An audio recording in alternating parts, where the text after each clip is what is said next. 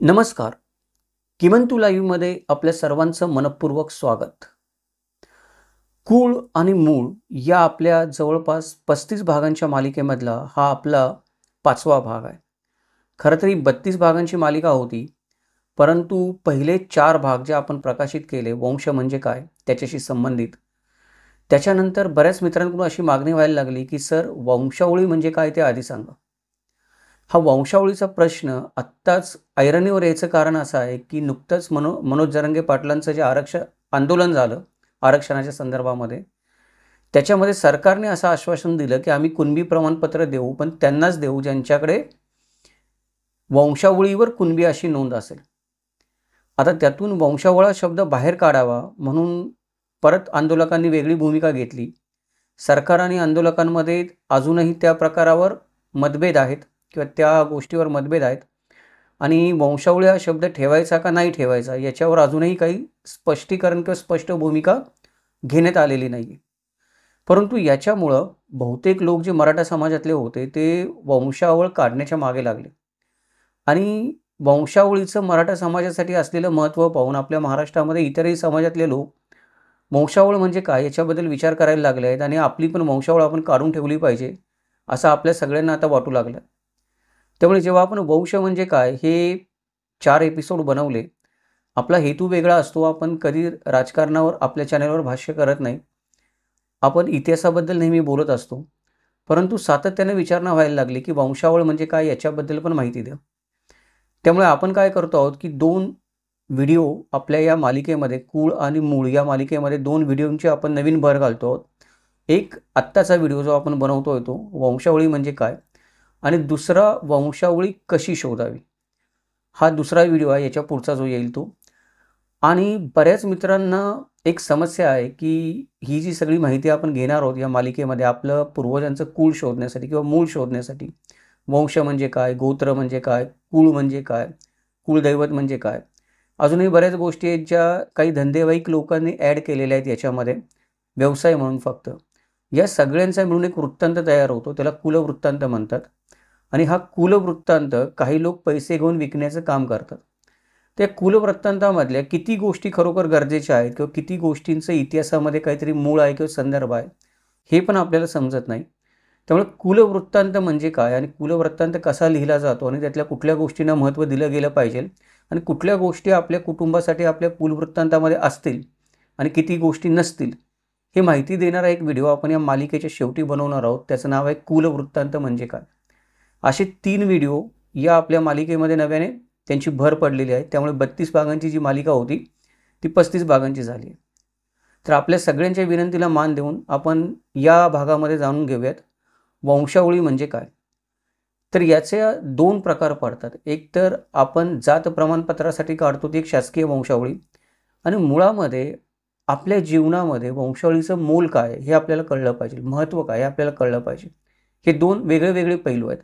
एक म्हणजे आपण म्हणतो की व्यावहारिक कारणासाठी जात प्रमाणपत्र, शिक्षण, आरक्षण याच्यासाठी जी वंशावळ लागते ती शासकीय आपण काढू शकतो कागदपत्रांवरून. आणि दुसरी खरोखरच आपला कौटुंबिक वारसा सांगणारी जी वंशावळी असते ती. या 2 वेगळ्या गोष्टी आहेत हे आपल्याला लक्षात ठेवलं पाहिजे. या भागामध्ये आपण जाणून घेणार आहोत वंशावळी नावाची मूळची जी संकल्पना आहे ती संकल्पना काय आहे. त्यानंतर वंशावळी जर आपल्याला तयार करायची असेल, त्याचा जात प्रमाणपत्राशी, आरक्षणाशी किंवा दुसऱ्या कशाशी संबंध नाही आहे. मला माझी घराचीच वंशावळ तयार करायची मला काही डाऊट्स आहेत किंवा माझ्याकडे काही माहिती आहे किंवा मला माझ्या पूर्वजांचा शोध घ्यायचा आहे, तर मी काय करणार? मग कुठल्या गोष्टी मला माहीत असल्या पाहिजेत, ते आपण पाहणार आहोत आजच्या भागामध्ये. चला तर मग विषयाला सुरुवात करूयात. नमस्कार, माझं नाव किमंतू ओंबळे सरकार आणि आपण पाहतात किमंतू लाईव्ह. सर्वात आधी आपण जाणून घेऊयात वंशावळी म्हणजे काय. वंशावळी म्हणजे दुसरं तिसरं काही नसतं मित्रांनो, एक आकृती असते, त्याला आपण चार्ट म्हणू शकतो, ज्याच्यामध्ये कुटुंबातील सदस्य आणि त्याचे नातेसंबंध दाखवलेले असतात. लोक या ज्या वंशावळी बनवतात त्या वंशावळी बनवताना आपापल्या कल्पनेप्रमाणे बनवतात. म्हणजे प्रत्येक माणूस काय करतो की त्याच्या कल्पनेप्रमाणे ती आकृती बनवत असतो. जर जुन्या काळातल्या काही वंशावळ्या जर तुमच्या दृष्टीपत्त्यास पडल्या किंवा कधी तुम्ही पाहिल्या कागदावर काढलेल्या किंवा ताम्रपटावर किंवा जुन्या कागदावर असतात त्या, तर तुमच्या असं लक्षात येईल की वंशावळीचा असा ठराविक असा काही एक आराखडा नाही आहे. प्रत्येक माणूस त्याच्या सोयीप्रमाणे त्याच्या आवडीप्रमाणे, गरजेप्रमाणे आणि जेवढी त्या वंशावळीमध्ये नावं जास्त असते तेवढी ती किचकट होते. त्यामुळे जे सोयीचं होईल त्या पद्धतीचा त्या वंशावळीचा एक आराखडा किंवा चार्ट बनवतो आणि त्याच्यामुळे असं एक समस्या निर्माण होते, की हे आराखडे कधी-कधी एवढे समजायला अवघड होतात, कारण त्या माणसाने त्याच्या बुद्धीप्रमाणे त्याला समजावेत म्हणून बनवलेले असतात. आपण 4 पिढ्यानंतर ते वाचू आणि आपल्याला समजावेत या उद्देशाने त्याने बनवलेले नसतात. त्या मागच्या काळामध्ये त्याला जे जाणवलेलं असतं ते त्याने त्याच्यामध्ये लिहिलेलं असतं. त्यामुळे कधी-कधी गडबड काय होते, की या वंशावळ्यांमध्ये काही माहिती गहाळ असते मध्येच. कारण ज्या व्यक्तीने ती मागे वंशावळ बनवलेली आहे, ती त्याने काय केलेली आहे, त्याच्या काळाला अनुरूप अशी बनवलेली आहे. आपल्याला पुढे 4 पिढ्या उपयोगी पडावी म्हणून नाही बनवले. ते मधली माहिती त्याच्यामध्ये नाहीच आहे. वंशावळ बनवण्याचं त्या माणसाचं उद्दिष्ट पण वेगळं-वेगळं असू शकतं. कोणी स्वतःच्या सोयीसाठी बनवतो, कोणी राजाला द्यायला बनवतो, कोणी वतनासाठी बनवतो, कोणी अशीच नावं लिहून ठेवली आहेत. काही-काही लोक माझ्या बघण्यामध्ये असे पण आहेत, की त्यांना आपल्या घरात जी काही माणसं जन्माला आली, त्यांच्या जन्मतारखा, त्यांचे आई-वडील कोणते आहेत, मग त्या आई-वडिलांना काही आजार आहेत का किंवा दुसरं काही आहे का, रंगरूप कसं आहे, हे लिहून ठेवण्याची सवय आहे. काही लोकांना मृत्यू कशामुळे झाला एखाद्या माणसाचा, ते लिहून ठेवण्याची सवय आहे. तर त्यांनी ज्या वंशावळ्या लिहिलेल्या असतात, त्या वंशावळ्या काही डायग्राम वगैरे नसतात. त्या फक्त नोंदी असतात, इस्तेस्त पसरलेल्या इकडे-तिकडे. वेगळ्या-वेगळ्या उद्देशाने केलेल्या असतात. मधली-अधली माहिती त्याच्यामध्ये नसते. जशी ज्याला बुद्धी मिळाली यथाशक्ती तशा बुद्धीने त्याने ती माहिती बनवलेली असते. याच्यामुळं असंख्य वेगवेगळ्या प्रकारच्या वंशावळ्या आपल्याला जागोजागी आढळून येतात आणि ह्या वंशावळ्या समजून घेणं आपल्या आवाक्याच्या बाहेरचं काम होऊन जातं, की नक्की आहे काय? सर्वात महत्त्वाची गोष्ट की वंशावळीमध्ये तुम्हाला तुमच्या पूर्वजांची नावं समजली, तरी तुम्हाला तुमच्या कौटुंबिक प्रवासाचा आपण म्हणतो की माग लागत नाही. म्हणजे मला माझ्या पूर्वजांची समजा 9 पिढ्या मागची नावं सापडली. सर्वसाधारणपणे 9 पिढ्या मागे जाऊ शकतो म्हणून जास्तीत जास्त आत्तापासून आपण सुरुवात केली तर असा एक अंदाज आहे. कारण काळ, वेळ, परिस्थिती बघतात तेवढीच कागदपत्र उपलब्ध होऊ शकतात. छोटी-मोठी इकडे-तिकडे माहिती मिळून. 9 पिढ्यापेक्षा जास्त कोणी शक्यतो मागे जाऊ शकत नाही. पण आपण 9 पिढ्या जरी पकडलं, मागे गेलो, तरी पण ती जी व्यक्तींची नावं आपल्याला भेटतील, ती व्यक्तींची नावं भेटल्यानंतर हा माणूस इथेच का आला? कुठल्या कारणाने आला? मग हा माणूस इकडे याचाच वंश का वाढला? त्याच्या चुलत भावाचा वंश का नाही वाढला? यालाच वतन का मिळालं? याने असं काय केलं होतं? किंवा बाकीच्या गोष्टी काय झाल्या? मध्येच एखाद्या ठिकाणी वंशवृक्ष का तुटला आपला? ह्या सगळ्या ज्या गोष्टी आहेत, या सगळ्या गोष्टी आपल्याला ज्यावेळी समजून घ्यायच्या असतात, तेव्हा त्या वंशावळ्यांमधून समजून घेता येणं अशक्य होतं. त्याच्यासाठी आपल्याला तज्ञांची मदत घ्यावी लागते. नाहीतर कधी-कधी काय होतं, आपण चुकीचे अर्थ काढतो जुन्या वंशावळ्यांमधून. म्हणजे तुमच्या कुटुंबाची तुम्हाला वंशावळ सापडली, ती वंशावळ सिद्ध करणारी काही पत्रं पण तुम्हाला सापडली, दस्तावेज जरी सापडले, असं गृहीत धरा तुम्ही. तरी पण त्याचा जर तुम्हाला योग्य अर्थ लावता आला नाही किंवा मोडी लिपीमध्ये जे काही लिहिलं ते पण बऱ्याचदा ट्रिकी असतं लिहिलेलं. आपण वाचतो एक, त्याचा अर्थ दिसतो एक आणि निघत भलताच असतो. असं पण मला बहुतेक वेळा मी घराण्यांचा अभ्यास करतो किंवा काही मित्र आपली त्यांची पत्रं माझ्याकडे आणून देतात त्या घराण्याचा इतिहास लिहिण्यासाठी. त्यावेळेला दिसतं की हे लिहिलंय वेगळं, आत्तापर्यंत म्हणून समजत आलंय वेगळा, पण यातून अर्थ वेगळाच निघतोय. तो पूर्वज वेगळ्याच काळामध्ये, वेगळ्याच परिस्थितीमध्ये तिथे होता. वंशावळीमध्ये जसं लिहिलंय तसं आणि पत्रामध्ये भेटतंय तसं असं सापडत नाही त्याच्यामध्ये. त्यामुळे ह्या ज्या वंशावळ्या आहेत, या वंशावळ्या जुन्या ज्या आपण म्हणतो आपल्याला सापडतात, त्याच्या आधारावरच आपण नवीन वंशावळी बनवणार असतो. त्यामुळे जुन्या वंशावळ्यांचं वाचन अचूकपणे करता येणं आवश्यक आहे. तसं दिसतं तितकं ते अवघड काम नाही आहे, पण थोडीफार आपण टेक्नॉलॉजीची मदत घेतली. आपला जो बघण्याचा दृष्टिकोन आहे, तो मोकळा असला पाहिजे. मी पूर्वग्रहदूषित नसला पाहिजे. मला काही नाही करून सिद्ध करायचंच आहे की मी अमुक एक वंशातला माणूस आहे किंवा मला काही नाही करून सिद्ध करायचं मी किती मोठा आहे किंवा मला काही नाही करून सिद्ध करायचंच आहे की तो माझा समोरचा चुलता पुतण्या किंवा अजून दुसरा कोणी हितशत्रू असेल तो कसा नालायक आणि मी गावात कसं श्रेष्ठ आहे. या अँगलने जर आपण पूर्वग्रह दूषित नजरेने वंशावळींकडे पाहायला लागलो, ज्या जुन्या आहेत त्या, हमखास आपण स्वतःची फसवणूक करून घेत असतो. त्यामुळे मोकळ्या मनाने, त्याचबरोबर आपण म्हणतो की खुल्या मनाने ज्याला म्हणतो, सकारात्मक तंत्रज्ञानाची मदत घेऊन, भाषा तज्ज्ञांची मदत घेऊन, त्या काळातली परिस्थिती समजून घेऊन, मिसिंग लिंक जे आपण म्हणतो, ते मिसिंग लिंक जोडण्याचं काम आपल्याला हे जागोजागी करावं लागतं जुन्या वंशावळ्या वाचताना. जोपर्यंत तुम्ही तुमच्या जुन्या वंशावळ्यांचा हा अशा पद्धतीने एक व्यवस्थित अभ्यास करणार नाही, तोपर्यंत तुम्ही नवीन वंशावळ तुमच्यापासून मागपर्यंत व्यवस्थित बनवू शकणार नाही. महत्त्वाचा विषय होता म्हणून थोडक्यामध्ये सांगितलं. आता हे एवढं सगळं जर किचकट काम आहे वंशावळ्या बनवणं, तर मग वंशावळी मोलाची एवढी का आहे? का मला गरज आहे? आज मी का बनवू माझी वंशावळी? आज मला काय मिळणार? एक वेळा आपण तो मुद्दा बाजूला ठेवू आरक्षणाचा किंवा जात प्रमाणपत्राचा. त्याच्या व्यतिरिक्त वंशावळीचं मोल काय आहे माझ्या आयुष्यामध्ये? त्याचा जर विचार केला तर आपल्याला एक गोष्ट लक्षात येते की वंशावळी मोलाची अशासाठी आहे की पुष्कळ लोक मला आजही फोन करतात आपले व्हिडिओ बघून की सर आमचं अमुक अमुक गाव आहे, पण आमचा काहीच मागमूस लागत नाही, की आम्ही आलो कुठून काहीच माहीत नाही. काही लोक तर असे आहेत की त्यांना मूळ गाव कुठले तेच माहीत नाही. त्यांचे पूर्वज स्थित्यंतर करत इथून तिकडे गेले, तिथून इकडे गेले, तिथून इकडे गेले. त्या माणसाला फक्त माहीत असतं की माझं आडनाव अमुक अमुक आहे. त्याच्या पलीकडे त्याला काहीच माहीत नसतं. आणि मग कधीतरी एखाद्या पिढीमध्ये एखाद्या माणसाला प्रश्न पडतो की मी मूळचा आहे कुठला महाराष्ट्रामधला, माझी जात आहे ती तरी खरी आहे का नाही, माझा मागचा काहीच मागमूस का लागत नाही आहे, माझ्या मागे कोणीच दिसत नाही आहे मला. कारण आईवडील कित्येक केसेस अशा पण पाहिल्या मी की आईवडिलांचा मृत्यू झालेला आहे, सांगणारं कोणीच नाही आहे, नातेवाईक कोणीच नाही आहेत, मागे जायचं कुठे. एका साहेबांनी मला फोन केला होता की त्यांच्या मुलाचं लग्न जमत नव्हतं. कारण मुलाचं लग्न जमवताना आपण म्हणतो की समोरची मुलीकडची जी पार्टी असते ती सगळ्या गोष्टी विचार न करते. तुमचं कुळ कुठलं, गोत्र कुठलं, नातेवाईक कुठले, खानदानी आहात का नाही तुम्ही, तुम्हाला काय गाव जमीन आहे का नाही, असेल तर ती किती जुनी आहे, माणूस स्थिरस्थावर आहे का नाही. पण या पर्टिक्युलर व्यक्तीकडे मागचा काही मागमूस नव्हता आडनावासहित. म्हणजे आता त्या माणसाचं मुलाचं लग्न जुळणं फार अवघड गोष्ट होऊन बसली होती. तर त्याचा शोध घेणं गरजेचं आहे. पण दुर्दैवाने त्यांची तेवढी आर्थिक परिस्थिती नव्हती की शोध घेऊ शकतील. काय झालं मला माहीत नाही पुढे. परंतु ही जी वंशावळी आहे ती अशा ठिकाणी आपल्याला उपयोगी पडते. तिचं मोल फार आहे. कारण बऱ्याच वेळेला भावी पिढीला तिचा मागचा ऐतिहासिक वारसाच कळत नाही की आपण कुठून आलो. आणि ही गोष्ट एवढी क्लेशदायक होते नंतर एखाद्या माणसासाठी एवढी क्लेशदायक होते. लग्न जुळणं ही वेगळी गोष्ट सोडून देऊ आपण. पण मी असे पण लोक बघितलेले आहेत की त्यांच्यासाठी ही गोष्ट डिप्रेशनचं कारण झालेली. मला कळतच नाही आहे माझं गाव, देव, यात्रा, जत्रा काय आहे, कुठल्या गावातला आहे, कुठल्या माणसातला आहे, कुठल्या काळातला आहे मी. आणि ते लोक फोन करून मग असा कुठे व्हिडिओ बघितला मी बनवलेला आहे का दुसरा कुठं बनवला विचारत राहतात. पण मुळामध्ये त्यांच्याकडे काही नसतंच.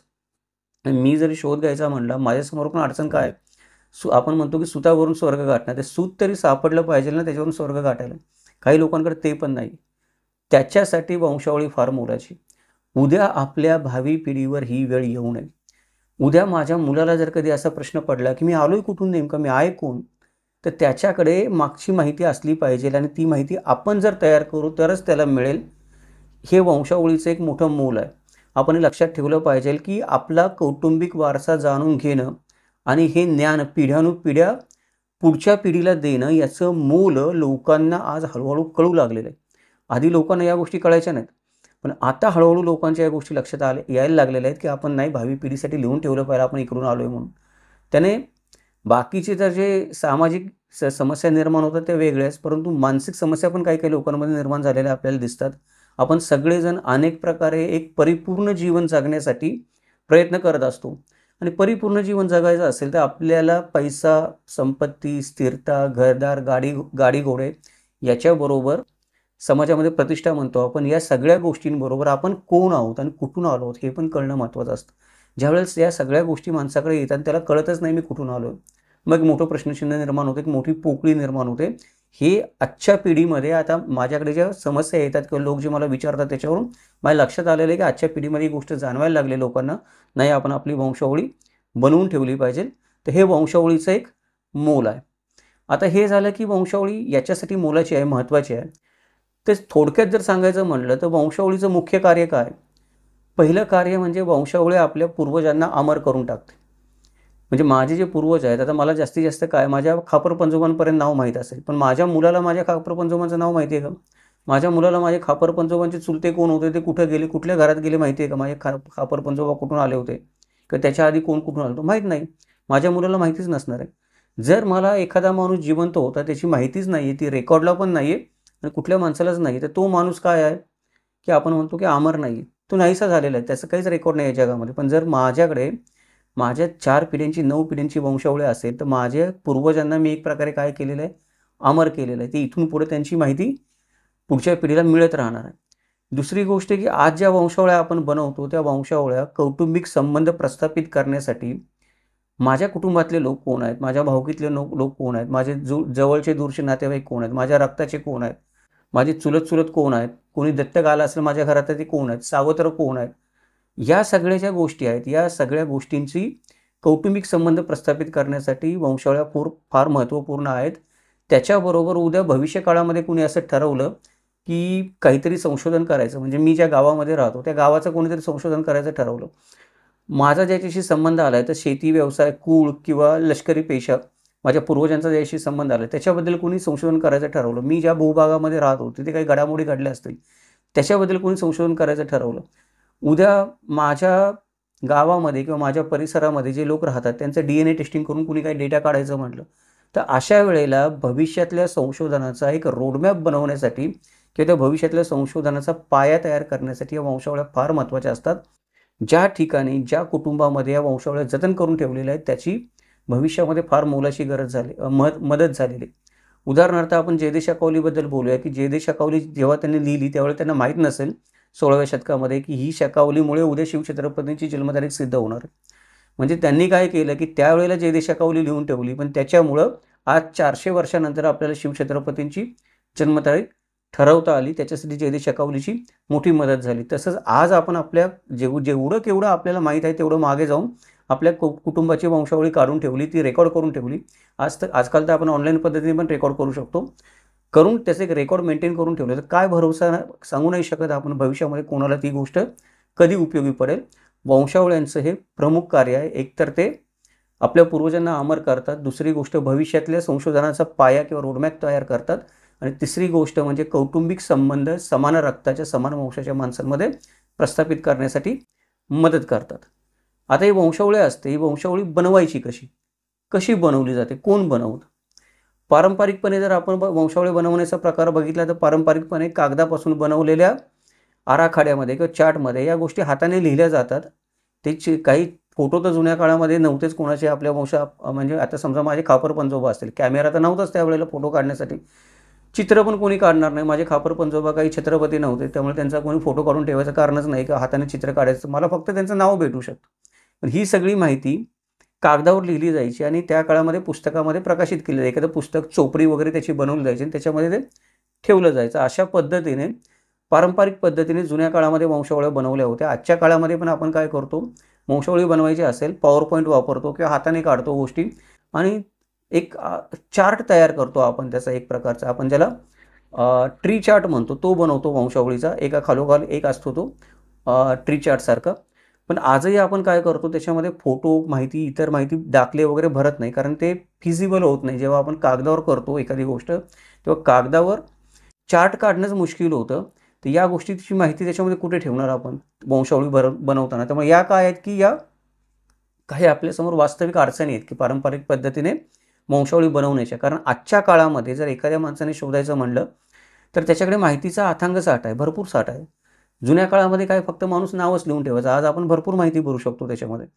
तर त्याच्यामुळे आजकाल वंशावळी डिजिटलरित्या पण तयार करता येते आणि बहुतेक लोक वंशावळ्या या डिजिटल रीतीने तयार करण्यासाठी ज्या काही वेबसाईट्स आहेत इंटरनेटवर की ज्या प्रसिद्ध आहेत त्यांची मदत घेतात. त्यांना ऑनलाईन प्लॅटफॉर्म्स म्हणतात. उदाहरणार्थ ट्रीमिली, माय हेरिटेज किंवा ancestry.com या ज्या वेबसाईट आहेत याच्यावर तुम्ही तुमची वंशावळी बनवू शकता.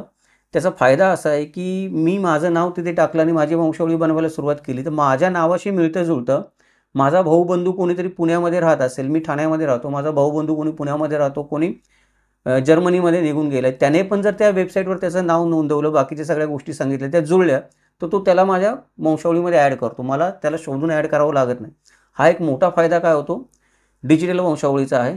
हे डिजिटल वंशावळी बनवण्याचे अजून पण दुसरे फायदे आहेत भरपूर जे आपल्याला माहीत नसतात. आपल्याला असं वाटतं की अरे हाताने कुठे ते काम करायचं, परत लिहा सगळं, ते शोधून ठेवा, परत ते हरवलं तर काय करायचं आणि परत ते कुठे दाखवत शोधणार सगळ्यांना मी. डिजिटल वंशावळी बनवा. त्याचे फायदे हे आहेत की खूप सोप्या प्रकारे आपण आपल्या पूर्वजांची माहिती त्या वेबसाईटमध्ये भरू शकतो. गरज लागली तेव्हा ती माहिती बदलू शकतो, तिच्यामध्ये नवीन अपडेट्स टाकू शकतो एखादी गोष्ट बदलण्यासाठी. जर आपण कागदावर चार्ट काढल्यावर मला कळलं की अरे हे माझ्या पूर्वजाचं नाव नाहीच आहे, चुकलेलंच आहे किंवा हे जरा मागे पुढे झालं की याची लेवल 1 आहे, याची लेवल 2 आहे. आता मी तर चार्ट तयार केला आहे, तुम्हाला एक जरी गोष्ट मागे पुढे झाली तर परत नव्याने चार्ट हाताने लिहावं लागेल पूर्ण तो, कारण सगळीच गोष्टी बिघडून जाणार त्याच्यामध्ये. ही जी गोष्ट आहे ही डिजिटलरित्या जेव्हा आपण वेबसाईटवर करतो तेव्हा करणं फार सोपं होतं. आपण हे जे ऑनलाईन बनवतो त्या ऑनलाईन प्रती ज्या असतात आपल्या वंशावळीच्या त्या आपण सहज मेंटेन करू शकतो. म्हणजे PDF फॉर्मॅटमध्ये आपल्याला पाहिजे त्या फॉर्मॅटमध्ये आपण त्या गोष्टी वेबसाईटवरून डाउनलोड करून घेऊ शकतो आणि त्या पुढे देऊ शकतो. म्हणजे आपण मेल करू शकतो, पेनड्राईव्हमध्ये घेऊ शकतो, एखाद्या व्यक्तीला आपण व्हॉट्सअपवर ती पाठवू शकतो पुढे वाचण्यासाठी PDF बनवून त्याची. अशा प्रकारे आपण काय करू शकतो की त्या नोंदी ऑनलाईन जतन करू शकतो असं जर कागदावर नोंदी जतन करायचे म्हणले आणि माझ्या वंशावळीमध्ये जवळपास सगळे माझ्या भावकीतले लोक एकत्र केले, मी नातेवाईक माझ्याकडचे, माझ्या आईकडचे, माझ्या बायकोकडचे, सावत्र असे सगळे एकत्र गोळा करायचे म्हणले तर मोठी वंशावळी होते. त्यांना सगळ्यांना जर ते आता पाठवायचं म्हटलं तर प्रत्येकासाठी वेगळी छापील प्रत काढणं, हाताने लिहून माझ्यासाठी अवघड काम. यासाठी हे प्लॅटफॉर्म फार उपयोगी पडतात. दुसरी अजून एक महत्त्वाचा फायदा याचा हा होतो की आपल्या कुटुंबांच्या सदस्य जे आपण नावं त्याच्यामध्ये टाकतो, त्या कुटुंबांच्या सदस्यांच्या प्रोफाईलवर आपण त्यांची चित्र टाकू शकतो. म्हणजे आजकाल आपण फोटो काढतो, आपण फोटो टाकू शकतो. त्यांचे जे दस्तावेज आहेत, म्हणजे कोणाचा जन्ममृत्यूचा दाखला असेल किंवा कोणी एखाद्या ठिकाणी कामाला लागलेला असेल, नोकरीचा एखादा काही दाखला असेल, जात प्रमाणपत्र असेल कोणाचं, तर ते आपण ते तिथे टाकू शकतो. तर ही सगळी कागदपत्र आणि फोटो एखाद्या माणसाच्या आपल्याला एकाच ठिकाणी मिळाले तर वंशावळीमध्ये ती महत्त्वाची माहिती आपल्याला ॲड होते. वेगळ्याने काही करावं लागत नाही, सर्व माहिती एकाच ठिकाणी दिसते. दुसरा एक महत्त्वाचा फायदा हा आहे की हे वंशावळीचे जे सॉफ्टवेअर्स आहेत किंवा वंशावळी बनवणाऱ्या ज्या वेबसाईट्स आहेत, या वेबसाईटवर माझा सगळ्याचा सगळा डाटा मला एका ठिकाणाहून दुसऱ्या ठिकाणी हलवायचा असेल किंवा एका वेबसाईटवरून दुसऱ्या ठिकाणी न्यायचा असेल, तर जसं आपण झिप फाईल बनवतो की सगळा डाटा एका फाईलमध्ये झिप करतो आपण, एका कॉम्प्युटरवरून दुसऱ्या कॉम्प्युटरवर हलवतो, तसं एक GED.com असं एक फाईल बनते त्याची एक्सटेन्शनसहित, ज्याला आपण वंशावळी डेटा कम्युनिकेशन म्हणून ओळखतो. तर ह्या फाईलमध्ये आपण या फॉर्मॅटमध्ये आपण आपल्या सगळ्या वंशावळीचा डाटा एकत्र करू शकतो. भले तुम्ही तुमच्या वंशावळीमध्ये 100 लोकांची माहिती भरली, ते 100 लोकांची माहिती तुम्ही त्याच्यामध्ये एकाच फाईलमध्ये एकत्र करू शकता आणि ही माहिती ज्याला गरज आहे आपल्या वंशावळीतल्या त्या माणसाला पाठवू शकता. त्या माणसाने त्याचं अकाउंट उघडलेलं असेल त्या वेबसाईटवर, तर तिथे जाऊन ही फाईल त्याने अपलोड केली फक्त की आपला पूर्ण वंशवृक्ष त्याच्यासमोर तिथे डोळ्यासमोर उभा राहतो. त्याला परत वेगळ्याने ते ठिपके जोडायला सगळं हाताने माहिती भरायची काही गरज लागत नाही. हा एक मोठा फायदा आहे. आणि सर्वात महत्त्वाचा फायदा म्हणजे या ज्या आपण डिजिटल वंशावळ्या बनवतो किंवा ज्याला आभासी वंशावळ्या म्हणतो आपण, याचा म्हणजे एकाच वेळेला मी माझ्या सर्व कुटुंबातल्या लोकांसोबत ही माहिती आहे ती शेअर करू शकतो. उदाहरणार्थ मी असं मगाशी जसं म्हटलं तसं की माझ्या कुटुंबातले काही लोक आहेत ते आता जर्मनीला आहेत, काही लोक याला गेलेले आहेत, युरोपमध्ये आहेत, काही अमेरिकेमध्ये आहेत, काही जगभरामध्ये विखुरलेले आहेत, काही कामधंद्यानिमित्त पुण्याला आहेत, ठाण्याला आहेत, मुंबईला आहेत, काही लोक खाली कर्नाटकमध्ये गेलेले आहेत, जुने माझ्या वंशातले. तर ह्या सगळ्या लोकांना मी माझी वंशावळ जेव्हा बनवत जातो, जेव्हा मी त्यांची नावं त्याच्यामध्ये टाकत राहतो, तेव्हा एकाच वेळेला ती माझी एखादा चेंज मी इथे केला, एकाच वेळेला ती माहिती त्या सगळ्या लोकांना तिकडे अपडेट होऊ शकते. ते लोकांना पण ती नवीन अपडेट झालेली माहिती मिळाली, त्याच्यावर त्यांनी थोडा विचार केला, 4 गोष्टी अजून त्यांना नवीन कळाल्या, तर ते लोक पण त्याच्यामध्ये तिकडून मोलाची भर घालू शकतात, ते मला कळू शकतं. म्हणजे माझी वंशावळी मी जी बनवतोय ती मी वंशावळी बनवत असताना जेवढ्या लोकांना मी त्याच्यामध्ये सामील केले, त्या सगळ्या लोकांना एकाच वेळेला ती माहिती सामायिक करू शकतो, त्यांना ती माहिती दिसू शकते. हे डिजिटल वंशावळी बनवण्याचे काही फायदे आहेत. तर मी ज्या वेबसाईटचं नाव सांगितलं त्या वेबसाईटवर जरूर अकाउंट उघडा. जसं आपण LinkedInवर अकाउंट उघडतो की मी शिक्षण कंप्लीट केलं, मला जॉब बघायचा, LinkedInवर माझं अकाउंट असणं गरजेचं आहे, तसं आजकाल प्रत्येक माणसाचं अकाउंट असणं या वेबसाईटवर गरजेचं आहे. ट्रीमिली myheritageancestry.com या वेबसाईटचं मूल लोकांना आज कळलेलं आहे. आणि दुसरी एक गोष्ट म्हणजे की आपल्या भारताची अशी एखादी वेबसाईट तयार होणं गरजेचं आहे जी भारताच्या गरजांना अनुसरून असेल. पैसा कमवणं हा त्याच्यामध्ये हेतू नसेल. बऱ्याच वेबसाईट आहेत आजकाल, पण त्यांचा हेतू पैसा कमवणं आहे, भारतीय वंशावळ्या निर्माण करणं हेतू नाही. आपण पण आपल्या चॅनेलतर्फे प्रयत्न करतो अशी एखादी वेबसाईट बनवण्याचा भविष्यामध्ये, पण भारतासाठी ती नाही आहे, पण या वेबसाईटचा आपण काय करू शकतो, वापर करू शकतो. हे झालं एक मुद्दा.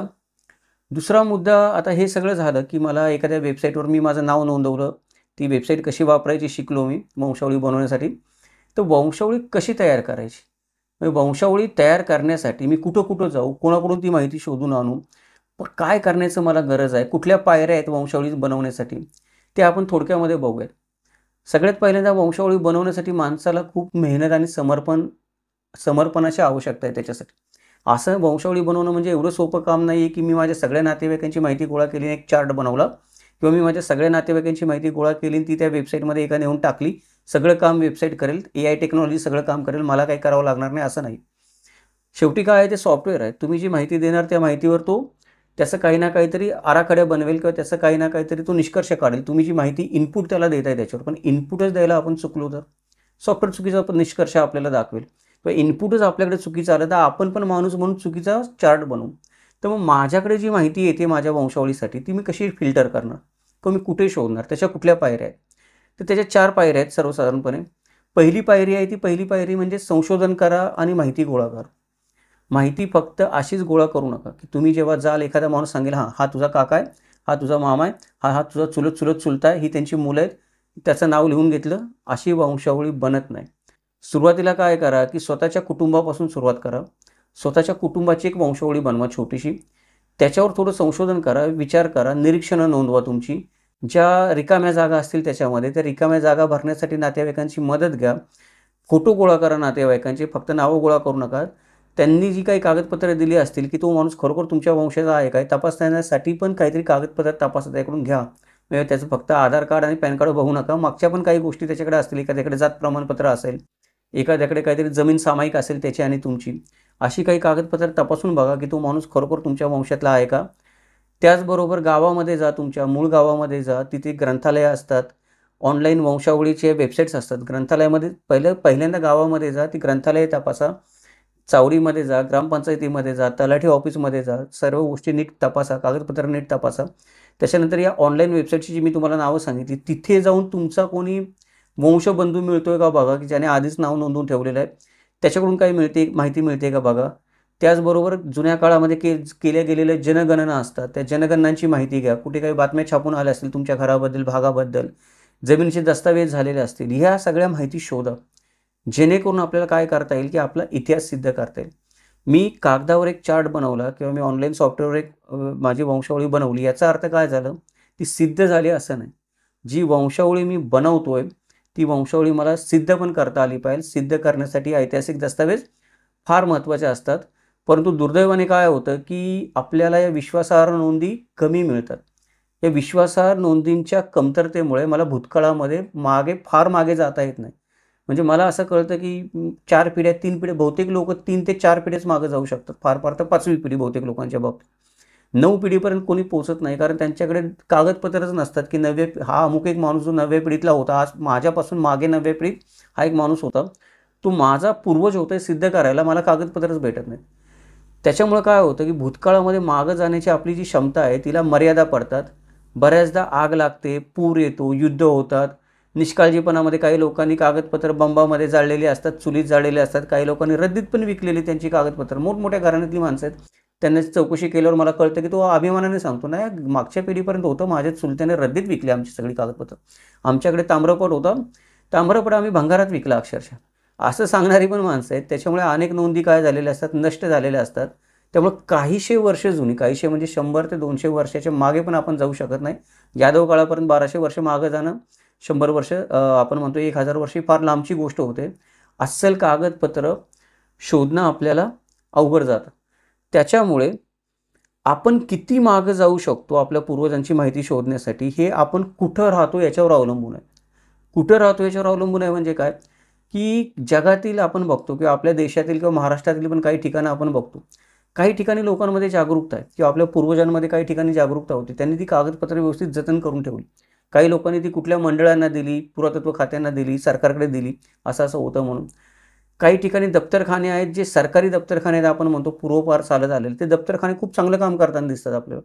म्हणजे मराठ्यांच्या नोंदी ज्या आहेत किंवा महाराष्ट्रामध्ये आपण असं म्हणतो, मला एक अभ्यासक म्हणून किंवा बाकीचे जे लोक ज्यांनी PhD केले आणि खरोखर याच्यामध्ये काम करतात त्यांना तुम्ही विचारलं तर तुम्हाला सांगतील, मराठा समाजापेक्षा मुसलमान समाजाकडे त्यांच्या पूर्वजांच्या नोंदी जर असतील तर त्या फार अस्सल आणि जुन्या नोंदी आहेत त्यांच्याकडे.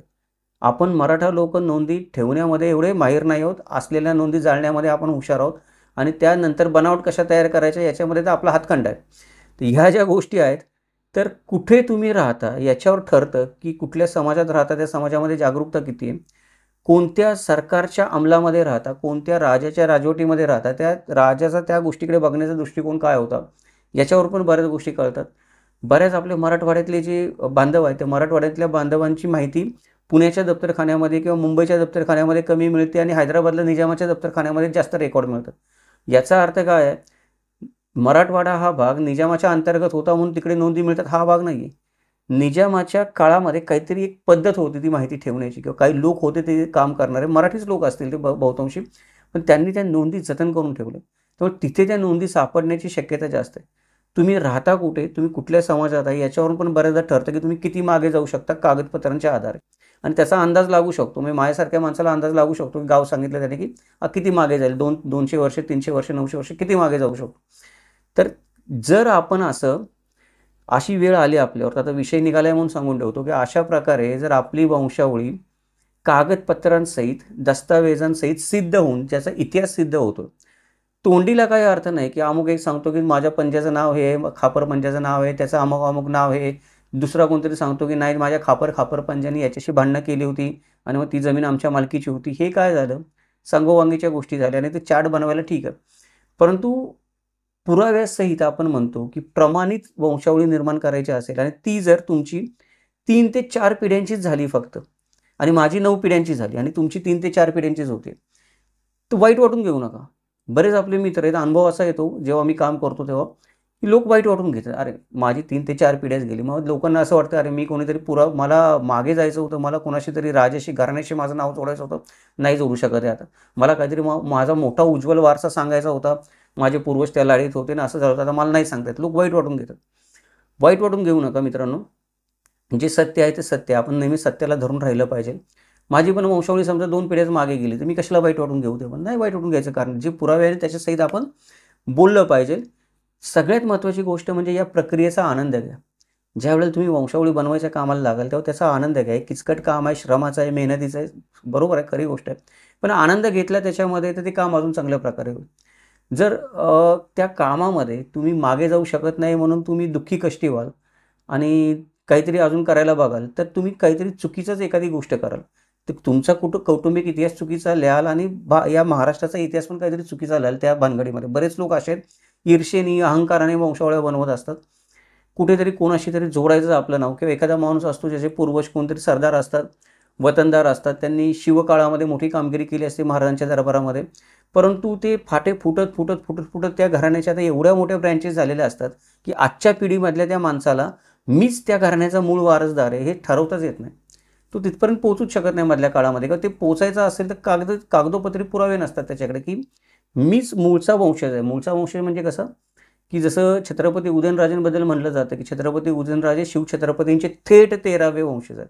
मग बाकीचे चुलत त्यांचे बंधू असतील, अजून चुलत बंधू असतील, ते थेट वंशज नाही आहेत. थेट वंशज छत्रपती उदयनराजे आहेत असं आपण म्हणतो. उदाहरणादाखल सांगतो, तसं बऱ्याच लोकांना असं वाटतं की मी थेट वंशज असला पाहिजे माझ्या कुळातलं. नाही आहेत तुम्ही थेट वंशज तुमच्या कुळातले, काय फरक पडतो त्याने? पण बरेच लोक स्वतःला ते थेट वंशज सिद्ध करण्यासाठी वंशावळ्यांमध्ये बऱ्याच गडबडी किंवा लांड्या लाबाड्या करताना आपल्याला दिसून येतात. लांड्या लाबाड्या करूनच सिद्ध होत नसेल, दुखी कष्टी होतात, काहीतरी वेगळ्या दंतकथा आख्यायिका बनवून सांगायला लागतात. कृपा करून या गोष्टी करू नका. संशोधनावर कायम राहा, सत्यावर कायम राहा, कागदपत्रांवर, पुराव्यावर कायम राहा. आता ठीक आहे, जे काही कमी जास्त 2-4 कागदपत्रं मला मिळाली मागे पुढे. आता दुसरी पायरी काय आहे, की जी काही कागदपत्रं मिळाली त्याचा एक मसुदा तयार करा. मसुदा तयार करा म्हणजे आपण गोळा केलेली माहिती आहे ती माहिती एकत्र करून तिची एक रूपरेषा बनवा. स्वतःमध्ये, जवळच्या नातेवाईकांमध्ये एक संबंधांचा आराखडा बनवायला सुरुवात करा. स्वतःपासून सुरुवात करा की माझ्यापासून मी मागे जातो माझ्या मूळ पूर्वजापर्यंत, किंवा मला जो माझा सगळ्यात जुना मूळ पूर्वज माहिती आहे, पहिल्या, दुसऱ्या, तिसऱ्या, 9व्या पिढीतला माझ्यापासून आधीचा झालेला, त्याच्यापासून उलट सुरू करा. त्याच्यापासून मी माझ्यापर्यंत कसं येऊ आणि माझ्यापासून त्याच्यापर्यंत कसं जाऊ, यातली जी गोष्ट तुम्हाला सोपी पडत असेल ती करा. शक्य झालं तर दोन्ही करा. त्याच्यामुळे काय होतं की बऱ्याच गोष्टी क्लिअर होतात, बऱ्याच अजून मध्ये ज्या रिकाम्या जागा असतात त्या भरणं आपल्याला सोपं जातं, जर दोन्ही प्रकारे तुम्ही वंशावळी बनवायचं काम चालू केलं तर. तिसरा मुद्दा, आता ही सगळं मी वंशावळी बनवायचं काम चालू केलं, एक आराखडा बनवलं, त्याच्यामध्ये माझ्या कुटुंबाची माहिती भरायची. तर कुटुंबाची माहिती भरायला सुरुवात करायची, एक तिसरी पायरी. याच्यामध्ये काय आहे की तुम्ही निवडलेल्या वंशावळीचा प्रकार कुठला पण असो, तुमच्यापासून मागे जा किंवा मागून पुढे या किंवा दोन्ही प्रकाराने जा, त्याच्यामध्ये आता नावं आणि फोटो टाकण्याची वेळ आली. प्रत्येक नातेवाईकाची एक प्रतिमा बनवा. त्या नातेवाईकाच्या आयुष्यातल्या महत्त्वपूर्ण घटनांच्या तारखा, की त्या नातेवाईकाच्या आयुष्यामध्ये काय काय घटना घडल्या, मागे कोणी पूर्वज असेल, लढाया झाल्या असतील, कोणी एखादं वतन मिळवलेलं असेल, कोणी जमिनीचा एखादा व्यवहार केला असेल, या महत्त्वपूर्ण घटना असतील त्यांच्या तारखा मिळवायचा प्रयत्न करा, इतर तपशील मिळवायचा प्रयत्न करा. हे सगळं कागदावर करत असाल तर तुमची वंशावळी आहे ती वंशावळी व्यवस्थित बनवण्यासाठी बरीच तुम्हाला सामग्री लागेल. म्हणजे तुम्हाला वेगवेगळ्या प्रकारचे आपण म्हणतो पिन्स लागतील, डिंक लागेल चिकटवायला, किंवा वेगवेगळ्या रंगाचे कागद लागतील, ज्याच्यामुळे वेगवेगळ्या कुटुंबातले, वेगवेगळ्या वंशातले नातेवाईक तुम्ही वेगळे दाखवू शकाल. जर ऑनलाईन तुम्ही एक काम करत असाल ते तुलनेने सोपं आहे, कारण तुम्हाला या फिजिकल गोष्टी लागणार नाहीत वेगवेगळं वर्गीकरण करण्यासाठी नातेवाईकांचं. वंशावळी हाताने बनवायची का ऑनलाईन बनवायची हा शेवटी तुमच्या पसंतीचा विषय. म्हणजे बऱ्याच लोकांना असं वाटतं की मी हातानेच बनवतो, माझा त्या वेबसाईटवर वगैरे विश्वास नाही. काही लोक असं म्हणतात की टेक्नोसेव्ही असतात माझ्यासारखे लोक, ते म्हणतात की ठीक आहे कुठे सगळा पसारा करू मी, कारण जाणीव पण असते काम करण्यातून. जेव्हा काम करतो एखादा माणूस, माझ्यासारखा माणूस 10 घराण्यांच्या वंशावळी बनवतो किंवा स्वतःची पण वंशावळी बनवतो, तेव्हा त्याला जाणीव होते का अरे 1000 गोष्टी आहेत त्याच्यामध्ये, हे एवढे सगळे गट्टे सांभाळणं, डोळेफोड करणं काय अवघड काम आहे, त्यापेक्षा ऑनलाईन करतो. पण हे काय आहे, ज्याची त्याची पसंत आहे. जे काही कराल ते व्यवस्थित करा, आणि ते व्यवस्थित करण्यासाठी आता तुम्हाला 4थ्या पायरीवर जायचं. 4थी पायरी म्हणजे तुम्हाला डिझाईन करायची तुमची वंशावळी. वंशावळी डिझाईन करायची म्हणजे काय करायची, की ज्या सगळ्या गोष्टी तुम्ही एकत्र केल्यात, त्या गोष्टी एकत्र केल्यावर त्यातला फापट पसारा काढून टाकायचा. आता मला स्क्रुटिनी करायची, की माहिती तर मिळाली मला, पण कुठली महत्त्वाची माहिती आहे, त्या माहितीला एक प्रायोरिटी सेट करा, की ही माहिती खूप महत्त्वाची आहे, ही मध्यम आहे, ही कमी महत्त्वाची आहे, ही असली तर चालेल, ही नसली तरी चालेल, ही याची काही गरज नाही आहे. अशा पद्धतीने ती माहिती वर्गीकरण करून त्या माहितीमधून गरजेच्या नसणाऱ्या गोष्टी काढून टाका. नातेसंबंधांचं वर्गीकरण करण्यासाठी वेगवेगळ्या रंगाचा वापर करा, म्हणजे जिवंत किंवा मृत नातेवाईक. आता माझ्या वंशावळीमध्ये कुठले नातेवाईक जिवंत आहेत आणि कुठले नातेवाईक मृत आहेत हे मला कळायचं, पण नातेवाईकांची संख्या 50मध्ये गेली, मला कळावं कसं काय? तर वेगळा कलर वापरा ना. जिवंत नातेवाईक असतील त्यांच्यासाठी मी एक, आपण म्हणतो की भगव्या रंगाचा कलर वापरला, आणि जे मृत नातेवाईक आहेत त्यांच्यासाठी काळ्या रंगाचा कलर वापरला. त्या रेषा ज्या येतात त्याच्यामध्ये कनेक्शन करायचे, किंवा चौकोन ज्या आपण बनवतो, किंवा एखादा मी त्याला पिन जी लावतो तिथे, ती वेगळ्या वेगळ्या कलरची बनवली. किंवा ऑनलाईन तर एक काम फारच सोपं आहे.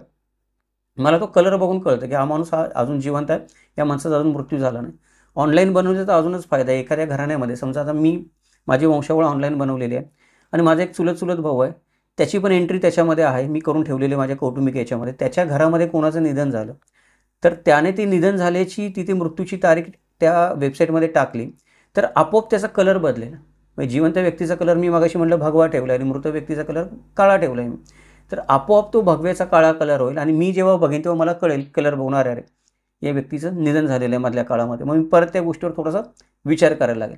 याच्यामुळे वेगवेगळे रंग, त्यानंतर वेगवेगळे आकार, वेगवेगळ्या रेषा, किंवा वेगवेगळे आपण म्हणतो लेबल्स, टॅग्स म्हणतो आपण, याचा वापर करा माहितीचं वर्गीकरण करण्यासाठी. वंशावळ तुमची जास्तीत जास्त आकर्षक बनवायचा प्रयत्न करा, कारण वंशावळीमध्ये काय असतं, भरपूर नावं असतात, भरपूर रेषा असतात, भरपूर शाखा असतात. बऱ्याचदा ते बघायला पण नको वाटतं की अरे काय आहे प्रकार, कोण कुठून गेलाय, काय गेलाय. तर ते वंशावळ नेहमी आकर्षक आणि लक्षवेधी बनवण्याचा प्रयत्न करा. त्याच्यासाठी वेगवेगळी चिन्ह वापरा, ग्राफिक्सचा वापर करा, ते वेगवेगळे बॅकग्राऊंड्स लावा त्यांना, जसं मी मगाशी म्हटलं तसं. आणि वंशावळ जेवढी आकर्षक बनवता येईल तेवढी बनवायचा प्रयत्न करा, जेणेकरून समोरच्या माणसाचं ते बघण्यामध्ये स्वारस्य टिकून राहील. तर हे झालं वंशावळ बनवण्याचे काही आपण बघितल्या पायऱ्या आहेत त्या. आता वंशावळीचे प्रकार किती आहेत? आपल्याला सगळ्यांना वाटतं वंशावळ एकच आहे, माझा कौटुंबिक वृक्ष बनवला तीच एक वंशावळ. तसं नाही आहे. वंशावळीचे अनेक प्रकार आहेत, म्हणजे तुम्ही मोजू शकणार नाही तेवढे वंशावळीचे प्रकार आहेत. आपण व्यक्ती तितक्या प्रवृत्ती म्हणतो, जसं प्रत्येक माणूस स्वतःच्या मनाने वेगळ्या प्रकारे वंशावळ बनवू शकतो. पण त्याच्यामधले जे 4 महत्त्वाचे प्रकार आहेत ते आपण पाहूयात. पहिला जो प्रकार आहे तो पहिला प्रकार म्हणजे पूर्वजांची वंशावळी बनवायची. मला पूर्वज वंशावळी वृक्ष बनवायचा आहे माझा. पूर्वज वंशवृक्ष बनवणे. पूर्वज वंशवृक्ष हा काय प्रकार आहे?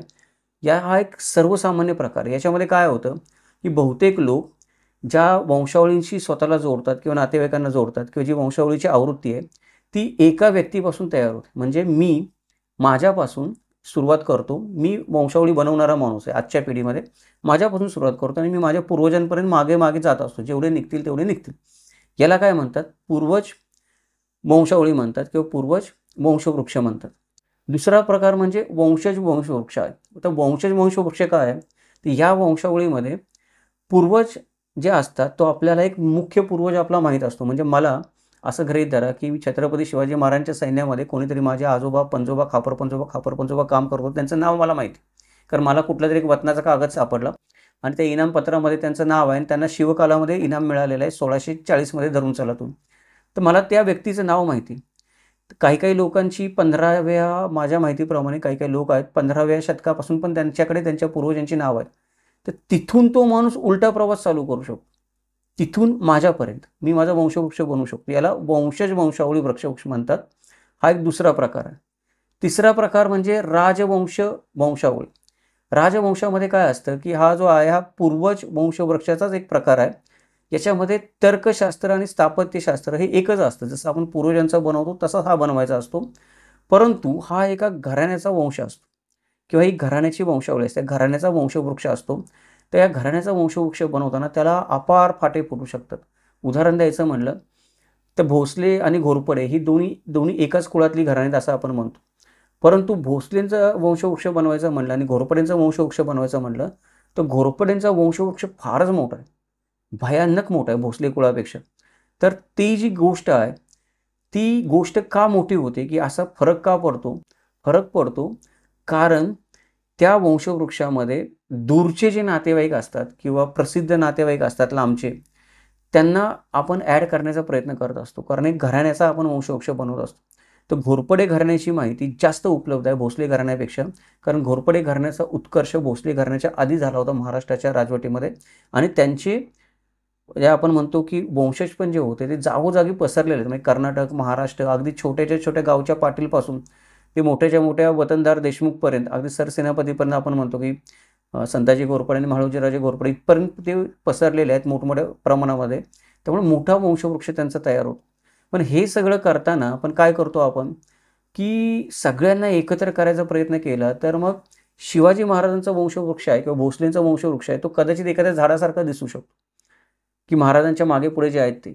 पण घोरपडेंचा वंशवृक्ष एका झाडासारखा दिसतच नाही कारण खूप शाखा आहेत त्याच्यामध्ये. प्रत्येक शाखा वेगळी वेगळी स्वतःमध्येच एक झाड आहे. आणि याच्यामध्ये पण काही गोष्टींचा अशी समस्या निर्माण होते की एका कालमर्यादेच्या मागं जर कोणी असेल तर ते मला दिसू शकत नाही.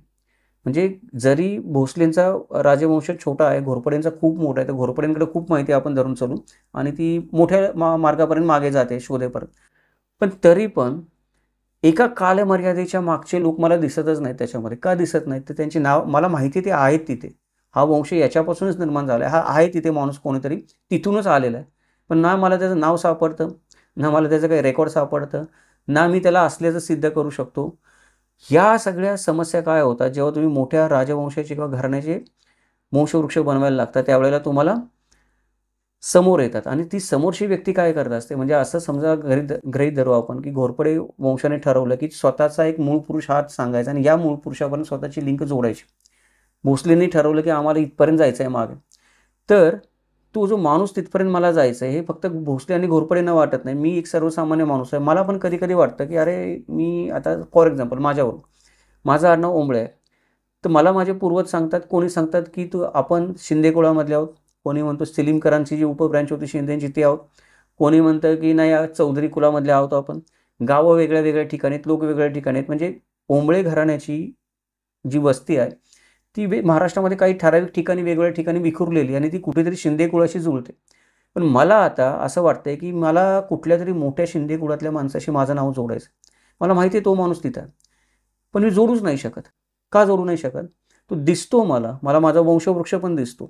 परंतु पुरावे नाहीत भेटत त्या माणसाला सिद्ध करण्यासाठी. कित्येक जे आपले मित्र असतात ते कित्येक मित्र काय करत असतात की कुठल्या तरी सम्राटाशी, कुठल्या तरी मोठ्या आपण म्हणतो की वंशाशी म्हणजे शिलाहार असतील, राष्ट्रकूट असतील, कदंब असतील, अजून कोणी असतील, त्यांच्याशी स्वतःला जुळवायचा अट्टास करत असतात. एखादा मोठा शास्त्रज्ञ असतो, एखादा मोठा वैदिक पंडित असतो, एखादा मोठा आपण म्हणतो की माणूस असतो, कोणीतरी साधू संत असतो. मला माहिती आहे की मी त्याच्याच कुळातला आहे पण मी जुळू नाही शकत, मी त्याच्यापर्यंत जाऊ नाही शकत. तर अशा वेळेला हे मोठे घराण्याचे वंश जेव्हा आपण बनवतो किंवा घराण्याचे आपण वंशावळ्या बनवतो तेव्हा लक्षात ठेवणं गरजेचं आहे. अट्टहास नाही केला पाहिजे. जेवढं दिसतंय तिथपर्यंतच आपण गेलं पाहिजे. मला मनाला खात्री आहे, माझं मन सांगतंय, माझा अभ्यास पण सांगतो की इथे मागं तो आहे कोणीतरी. पण जेव्हा दिसेल तेव्हा दिसेल. तो दिसत नाहीये तोपर्यंत उगाच बळजबरीनं आपला वंश कुठल्या तरी राजवंशाला, कुठल्या तरी घराण्याला, कुठल्या तरी मोठ्या व्यक्तीला जुळवायचा, जोडवण्याचा अट्टास नाही केला पाहिजे. त्याच्यामुळे आपण स्वतःचीच फसवणूक तर करतच असतो, पण आपण या महाराष्ट्राची पण फसवणूक करतोय, आपण समाजाची पण फसवणूक करतोय. एक प्रकारे खोट्या वंशावळ्या जेवढ्या आपण निर्माण करू तेवढ्या आपण समाजाची आणि राष्ट्राची फसवणूक करतो, एवढं आपण लक्षात ठेवलं पाहिजे. आता हे काय झालं की राजवंशाचं झालं. राजवंश थोडी किचकट गोष्ट आहे, मोठी गोष्ट आहे. पण छोटे जे कौटुंबिक वंशवृक्ष असतात ते काही एवढे किचकट नसतात. म्हणजे आपल्या घराण्याचं, आता मी माझ्यापुरतं म्हणायचं, मला माझ्या घराण्याचा जेवढे माहिती आहेत लोक तेवढ्यांचं मला बनवायचं. तर एक सोपा प्रकार असतो. पण हा पण कौटुंबिक माझा वंश असतो ना, हा वंशवृक्ष कधी मला असा वडाच्या झाडासारखा दिसत नाही, की एक पूर्वज आहेत, त्याच्या 4 पारंब्या आहेत, मग ते इकडे सगळे लोक आलेले आहेत. एक माझा पूर्वज होता, त्याचे उपप्रकार झाले, मग ते झाडासारखा माझा वंशवृक्ष असं नसतं. आपल्या डोक्यामध्ये ती संकल्पना फिक्स बसलेली आहे, की तसा असेल तरच तो वंशवृक्ष आहे. एका मुळापासून सगळे उत्पन्न आहेत, असं नाही. मूळ तुम्हाला कधी सापडलं जरी, त्याच्या शाखा एवढ्या विभक्त होत जातात त्याच्या हळूहळू, आणि तुम्ही खरोखर जर त्याच्यामध्ये खोलामध्ये उतरला, तर मग त्या सगळ्या शाखा तुम्हाला झाडासारख्या दिसत नाहीत. त्या सगळ्या शाखा तुम्हाला जंगलासारख्या वेगळ्या-वेगळ्या दिसू शकतात, की प्रत्येक शाखा स्वतःमध्येच एक झाड आहे असं आपल्याला कळतं. आणि ह्या सगळी झाडं एकत्र केली, तर माझा वंशवृक्ष म्हणजे एक जंगल तयार होतं छोटंसं. या सगळ्या झाडांचा एक ग्रुप तयार होतो. तर त्याची मनाची आपण तयारी ठेवली पाहिजे. जेव्हा आपण कौटुंबिक वंशवृक्ष बनवू, तेव्हा सगळ्यांना मिळून एकाच झाडामध्ये कोंबायचा प्रयत्न करायची काही गरज नाही. वेगळी-वेगळी झाडं आहेत, वेगळं-वेगळं वंशवृक्ष आहेत. प्रत्येक नातेवाईकाचा एक वेगळा वंशवृक्ष होऊ शकतो. हे आपण ध्यानात घेतलं पाहिजे कौटुंबिक वंशावळी बनवताना. आता काही गोष्टी काय आहेत, की कुठल्या गोष्टी आपण आपल्या वंशवृक्षामध्ये सामील केल्या पाहिजेत आणि कुठल्या नाही केल्या पाहिजेत. याच्यावर आता साधं सोपं उत्तर द्यायचं म्हणजे काय, की तुमच्या मनावर आहे. तुम्ही तुमचा वंशवृक्ष बनवताय, तुमच्यावर कोणी सक्ती केली नाही. सरकार कधी कुठल्या माणसावर सक्ती करत नाही, की वंशवृक्ष तू असाच बनवला पाहिजे म्हणून. सरकार या भानगडीमध्ये पण लक्ष घालत नाही. तुमचा तुम्ही आणून द्या, तुम्ही जो म्हणता तो प्रमाण म्हणून आम्ही तुम्हाला शिक्का मारून देतो, असं सरकार म्हणतं. मग आता मला माझा वंशवृक्ष बनवायचा आहे, तर कोणाला माझ्या कुटुंबामध्ये मी सामील करायचं त्या वंशवृक्षात, कोणाला नाही करायचं, हे माझ्यावर अवलंबून.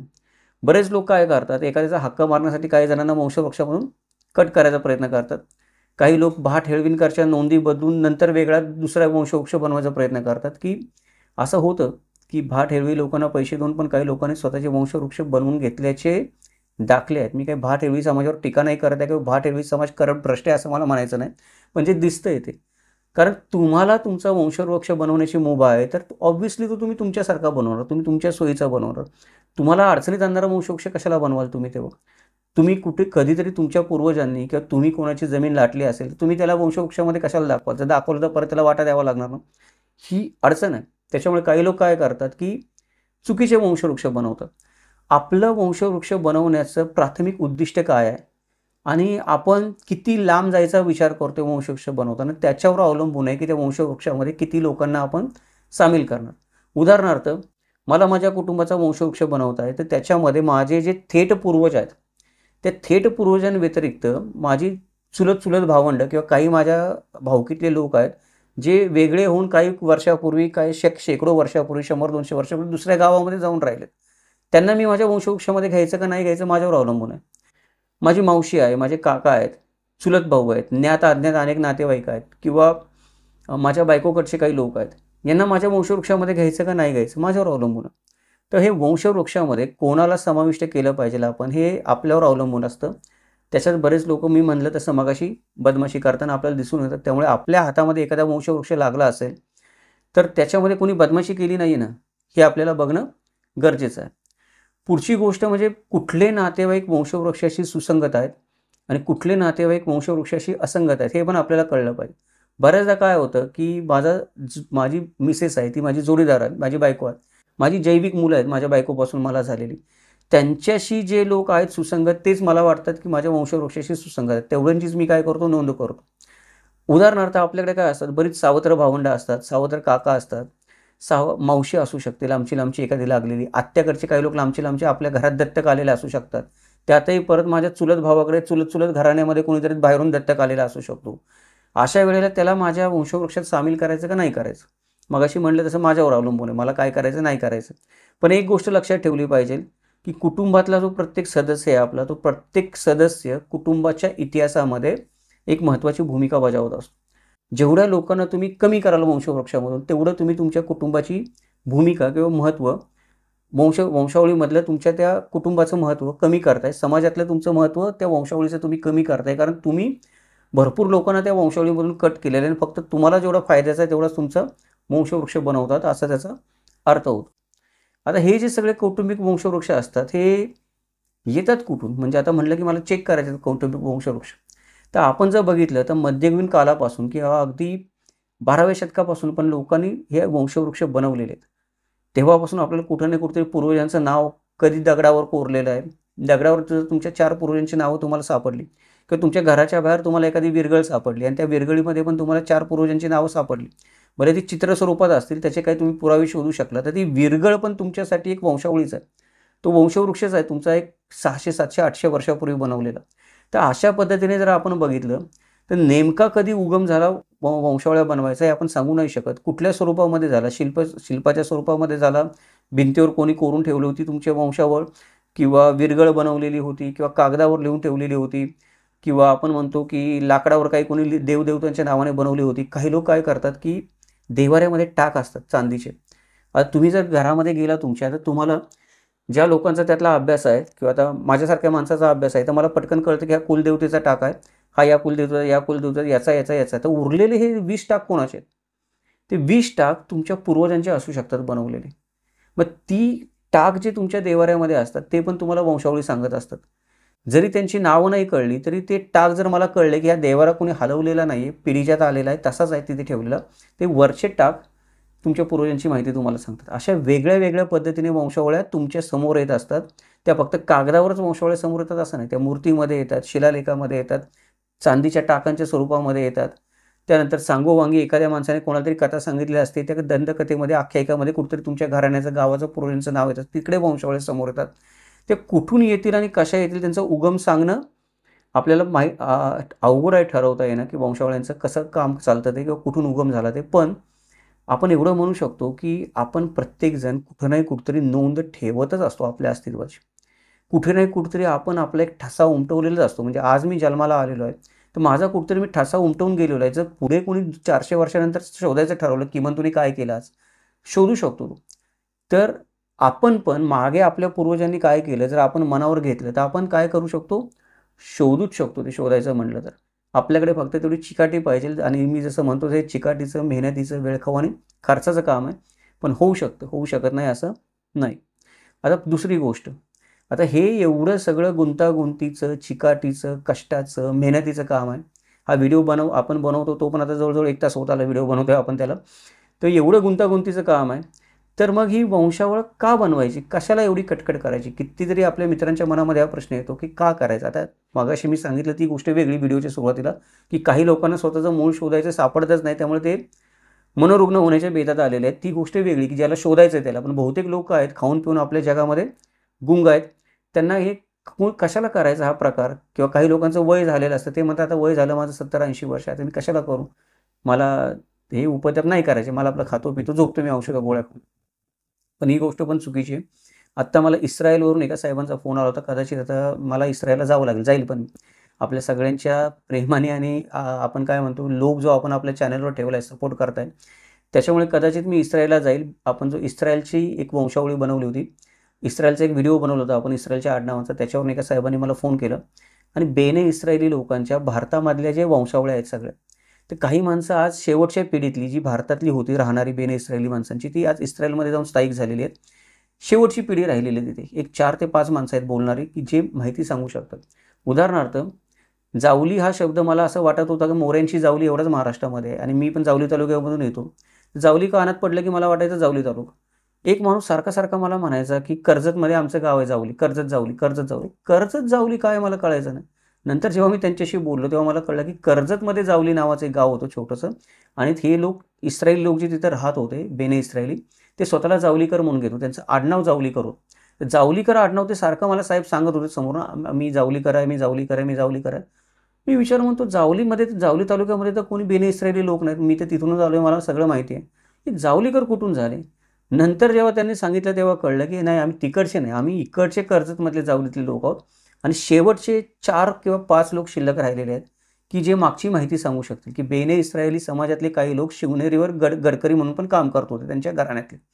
आता विषय असा आहे की ही जी माहिती आहे ही माहिती राहिली पाहिजे शिल्लक, ही समोर आली पाहिजे. जर ती व्यक्ती निघून गेली तर ती माहिती पण निघून जाणार त्याच्यावर. आता ही 4 माणसं जी इस्रायलमध्ये राहत आहेत, भारतातून तिकडे जाऊन स्थायिक झालेली 80 वर्षाची आहेत, ती माणसं निघून गेली तर त्या कर्जतमधल्या जावली गावाचं पण सर्व इतिहास निघून जाणार, वंशाचा इतिहास निघून जाणार. तर त्यांनी विनंती केली तर बोलतोय मी त्यांच्याशी, कदाचित जाईल पण इस्रायलला ती माहिती गोळा करण्यासाठी, त्यांचा इंटरव्ह्यू घेण्यासाठी. तर विषय हा आहे की वंशवृक्ष तयार का करावा, तर तो याच्यासाठी तयार करावा, इतिहास मिटू नये याच्यासाठी हा वंशवृक्ष तयार करणं गरजेचं आहे. भावी पिढीला असं वाटतं की आमचं सगळं व्यवस्थित चाललेलं आहे, खाणं-पिणं आहे, कुठेच डोक्याला त्रास करायचा विषय. त्यामुळे लोक लक्ष घालत नाहीत. पण कधीतरी आज तुम्ही लक्ष नाही घालणार, उद्या, परवा, तेरवा तुमच्या मुलाला प्रश्न पडू शकतो, की "अरे मी आलोय कुठून? आणि मी आहे कुठला नेमका?" तर त्याच्यासाठी जसं आपण म्हणलं एक रोडमॅप किंवा संशोधनाचा पाया तयार केला पाहिजे आपण. त्याच्यासाठी आपण वंशावळ्या बनवल्या पाहिजेत. तर वंशावळी बनवण्यासाठी एक 9 ते 10 कारणं दिली जातात. आता वेळ होतच आला आपला, पण 9 ते 10 कारणं छोटीशी आहे ती सांगतो पटपट. पहिली गोष्ट म्हणजे आपल्या कुटुंबाशी संबंध जोडण्यासाठी आपण वंशावळी बनवली पाहिजे. ज्या लोकांना असं वाटतं, की मला माझं गाव, जत्रा, यात्रा, देव हे माझं मूळ काहीतरी आहे, माहीत असलं पाहिजे, शिल्लक राहिलं पाहिजे, माझ्या मुलाबाळांना पण कळलं पाहिजे, ही माझी एक ओळख प्रस्थापित झाली पाहिजे समाजामधली. आपली जातीवाचक ओळख तर ती प्रस्थापित होतेच, आपण काही करू शकत नाही. जन्माला आलो की जात चिकटते. त्याच्या व्यतिरिक्त माझी एक सामाजिक आणि सांस्कृतिक ओळख असते. ती सामाजिक आणि सांस्कृतिक ओळख काळाच्या ओघामध्ये हरवली नाही पाहिजे. हे जर मला वाटत असेल, तर आपण ती कौटुंबिक ओळख निर्माण करण्यासाठी वंशावळी बनवणं गरजेचं आहे. दुसरं आपण म्हणू शकतो, की दुसरं जे कारण वंशावळी तयार करण्याचं आहे, ते म्हणजे बऱ्याचशा गोष्टी काय असतात, की अनुवंशिक असतात. आजारपणं अनुवंशिक असतात. त्यानंतर रोगराई अनुवंशिक असते. काही व्यंग निर्माण होतात, ते अनुवंशिक असतात. तर अनेक समस्या ज्या आपल्या आरोग्याशी संबंधित असतात, त्या अनुवंशिक असतात. जर आपल्या कौटुंबिक वृक्षावर आपण नजर टाकली, तर आपले पूर्वज कोण होते, याच्यापेक्षा आपण बऱ्याच काही गोष्टी आपण सांगू शकतो. म्हणजे आपण आपल्या घराण्याबद्दल, आपल्या DNA बद्दल, आपल्या सवयींबद्दल किंवा पुढे होणाऱ्या भावी पिढीमध्ये उत्पन्न होणाऱ्या एखाद्या व्यंगाबद्दल किंवा रोगाबद्दल किंवा कुठले आजार लागू शकतात भावी पिढीला, या भरपूर गोष्टी जर तुम्ही वंशावळी बनवली, तुमचा वंशवृक्ष बनवला, तर तुम्ही सांगू शकता. हे एक महत्त्वाचं कारण आहे. तिसरं महत्त्वाचं कारण आहे म्हणजे जमिनीचे वाद हे जगात सर्वत्र असतात. त्यामुळे वंशाचा पुरावा देऊन तुम्ही जमिनीच्या मालकीचा प्रश्न निकालात काढू शकता. उदाहरण काय आहे, की आपण बघतो की गाव तिथं 12 भानगडी म्हणतो आपण, एक गाव 12 भानगडी. प्रत्येक गावामध्ये कुठेही जा तुम्ही, ही जमीन माझ्या आजोबाच्या मालकीची होती, पणजोबाच्या मालकीची होती, हे मला वतन मिळालं होतं, हे मला इनाम मिळालं होतं. मला तर पुष्कळ लोक फोन करतात दरवेळेला.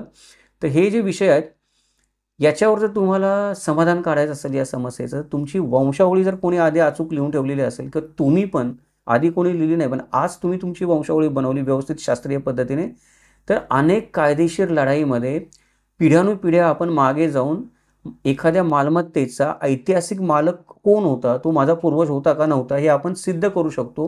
अनेकदाही आपल्या पूर्वजांची ऐतिहासिक मालकी एखाद्या जमिनीवरची सिद्ध करण्यासाठी या वंशावळ्या असतात. या वंशावळ्या आपल्याला उपयोगी पडतात. त्या कोर्टामध्ये ग्राह्य पण धरल्या जातात शास्त्रीय पद्धतीने बनवल्या असतील तर. त्याच्यामुळे जमिनीवरचा आपल्या पूर्वजांचा कायदेशीर हक्क आपण प्रस्थापित करू शकतो. आपल्या पुष्कळ मित्रांना अशी नेहमी एक तक्रार असते त्यांची, की आमच्याकडे ती जमीन होती, आम्हाला इनाम मिळालं होतं, अमुक-अमुक माणसाने आम्हाला हुसकावून लावला होता, ती जमीन आमची नाही, आमचं नुकसान झालं, किंवा आम्हाला आता राहायलाच जमीन नाही राहिली, आमच्या हक्काची जमीन होती, आम्ही लढू नाही शकत. काय करावं? वंशावळी बनवा व्यवस्थित. जर तुम्ही वंशावळी बनवू शकला, तर कोर्टामध्ये तुमची लढाई सोपी होईल. आता हे काय झालं, की पूर्वजांची मालकी सिद्ध करण्यासाठी वंशावळी उपयोगी पडू शकते. त्याच्या उलट एखाद्या व्यक्तीचा वारस कोण आहे, हे ठरवणं पण कधी-कधी गुंतागुंतीचं होतं. बऱ्याचदा अशी परिस्थिती निर्माण होते, की कायदेशीर वाद हे फक्त जमिनीपुरते नसतात, तर ते वारसापर्यंत पण येतात ते. म्हणजे एखादी व्यक्ती इच्छापत्र लिहून ठेवते, त्या इच्छापत्रानुसार कोणाला वारस ठरवायचं हे ठरवणं अवघड काम होऊन बसतं. मग ते काम बऱ्याचदा गळ्यात पडतं सरकारच्या गळ्यात पडतं. म्हणजे तो गोष्ट जाती कोर्टामध्ये, कोर्टाला निकाल लावायला लागतो, की हा वारस आहे, हा वारस नाही आहे. अशा वेळेला बऱ्याचदा काय होतं, की एखाद्या माणसाकडे लक्षणीय संपत्ती असेल, मोठ्या प्रमाणात संपत्ती आहे, त्याची घरदार, गाडी-घोडा, जमीन जायदाद मोठी आहे. तर त्यावेळेला त्या जायदादीवर किंवा संपत्तीवर डोळा ठेवून असणारे लोक किंवा दावा करणारे कित्येक खोटे दावेदार पण निर्माण होतात, जी खोटी कागदपत्र घेऊन येतात.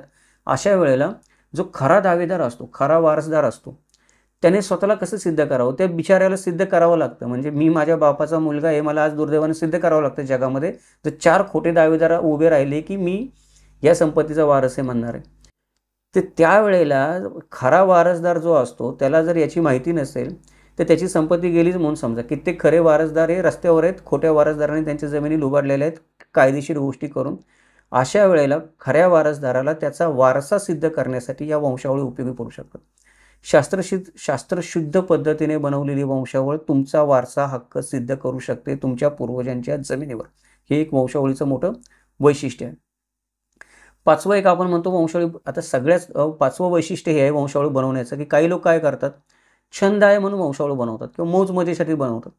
जमिनीवरचा मालकी हक्क सिद्ध करणं किंवा सामाजिक सांस्कृतिक ओळख जपणं हे तर हेतू असतात वंशावळ बनवण्यामागे. पण काही लोकांना इतिहास खूप आवडतो. त्यांना इतिहासामध्ये डुबकी मारायला आवडत असतं, मागं जायला आवडत असतं, शोध करायला आवडत असतं, भूतकाळामध्ये रमायला आवडत असतं, भूतकाळामधल्या गोष्टी शोधायला आवडत असतं. मी पण त्यातलाच एक माणूस आहे. मला मागे काय झालेलं आहे हे समजून घेण्यामध्ये इंटरेस्ट जास्त आहे. मला त्या वंशावळी बनवण्यामधून किती जमीन जायदाद पैसा मिळेल याच्याबद्दल झालंय काय नेमकं हे समजून घेण्यामध्ये एक मोठं आपल्याला म्हणतो की स्वारस्य आहे. तर हे काय आहे की वंशावळ बनवणं हे स्वतःचा शोध घेण्यापुरतं मर्यादित नाही माझ्यासाठी किंवा अजून काही लोकांसाठी, की माझे पूर्वज कोण होते, मी कोण आहे, एवढ्यापुरतं माझ्यासाठी ते मर्यादित नाही. हा जो वंशावळी शोधण्याचा प्रवास असतो म्हणजे माझी स्वतःची शोधतो किंवा दुसऱ्यांच्या पण शोधतो मी. ज्या लोकांना मदतीची गरज असते मला विनंती करतात शक्य असतं. काही वेळेला आपण ते व्यावसायिक रीतीने पण काम करतो. काही एखाद्याची बाजू न्यायची असेल तर करतो आपण. विषय काय आहे की का करतो आपण पैशासाठी किंवा याच्यासाठी नाही करत.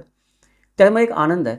बरेच लोक आपल्या समाजामध्ये असे आहेत की ज्यांना ती थरारक प्रवास करायला भूतकाळातला आवडतो. म्हणजे जर तुम्ही इंडियाना जोन्स नावाची एक सिरीज बघितली असेल, जर तुम्हाला इंग्लिश पिक्चरची आवड असेल तर इंडियाना जोन्स नावाचा एक्सप्लोरर आहे. म्हणजे त्याला गोष्टी भूतकाळातल्या एक्सप्लोर करायला आवडतात. तो वेगवेगळ्या ठिकाणी जातो, वेगवेगळी कोडी सोडवतो, वेगवेगळे त्याच्यासमोर चॅलेंजेस येतात, ती चॅलेंजेस सोडवतो. सत्य काय हे जाणून घेण्यामध्ये इंटरेस्ट असतो. तर पुष्कळ लोक असे आहेत त्यांना हा इंडियाना जोन्स प्रकारचा अनुभव हवा असतो माझ्यासहित. मागे गेला, थरारक प्रवास केला, अनेक गोष्टी बघितल्या, अनेक समस्या उभ्या राहिल्या, अनेक खोटेपणा समोर आले, अनेक चॅलेंजेस निर्माण झाले. खरा कोण आहे हे शोधण्यामध्ये जो आनंद आहे तो आनंद हे वंशावळी बनवण्यामध्ये पण आपल्याला मिळू शकतो. ज्या लोकांना ही गोष्ट कळते ते लोक करत असतात हा प्रवास. तर वंशावळ्या फक्त मालकीचा हक्क शोधण्यासाठी नाही, आनंद मिळवण्यासाठी पण आपण करू शकतो. 6वं जे कारण आहे ते 6वं कारण म्हणजे आपल्या ज्या कौटुंबिक परंपरा असतात त्यांना हातभार लावण्यासाठी आणि पूर्वजांचं ज्ञान जतन करण्यासाठी वंशावळी गरजेची आहे. प्रत्येक घरामध्ये काही प्रथा परंपरा चालू असतात. प्रत्येक घरामध्ये काही रीतिरिवाज असतात, विधी असतात. प्रत्येक घराचं स्वतःचं काही वैशिष्ट्य असतं. आपण शिवकालीन गावगाडा याच्यामध्ये पाहिलं, जो आपण मालिका बनवली त्याच्यामध्ये. गावामधलं प्रत्येक घर स्वतःमध्ये एक वेगळं संस्कृतीचं केंद्र आहे. म्हणजे आपण गावामध्ये बघतो की भिंतीला भिंत लागून असते, सगळ्यांची भावकीतली घरं एकत्र असतात. भिंतीला भिंत जरी लागून असली ना तरी पण तो प्रत्येक घर स्वतःमध्ये एक वेगळी त्याची संस्कृती जपून असतं. आचार विचार प्रथा परंपरा त्याच्या वेगळ्या असतात.